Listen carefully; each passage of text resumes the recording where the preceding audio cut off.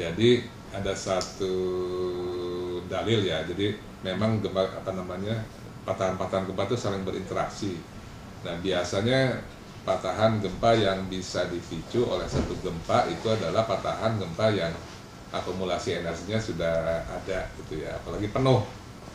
Karena kan kalau ada satu ini gempa terus di sebelahnya itu ada patahan gempa juga, tapi kalau patahan gempanya kosong kan ya nggak akan bisa dipicu, jadi kalau penuh.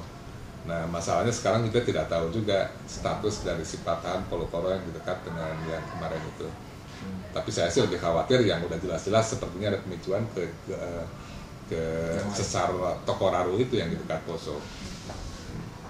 Pak Dari masih ingat ini? Ya itu tidak di dekat Poso sih, masih ke selatan itu kan, itu kan di selatannya Danau Poso ya, jadi dekat dengan Santano. Nah masalahnya itu yang catatan sebelum 1900 itu berarti kan catatan berdasarkan catatan ya, bukan perekaman instrumen seismik karena belum ada kan waktu itu. Itu hanya berdasarkan intensitas saja, jadi kadang-kadang ada gempa di satu daerah, tapi karena ada kebetulan itu ada banyak rumah-rumah di satu daerah yang sebenarnya nggak terlalu dekat, 40 km-an, makanya dia disebut ya gempanya di situ, padahal bukan di situ gitu ya.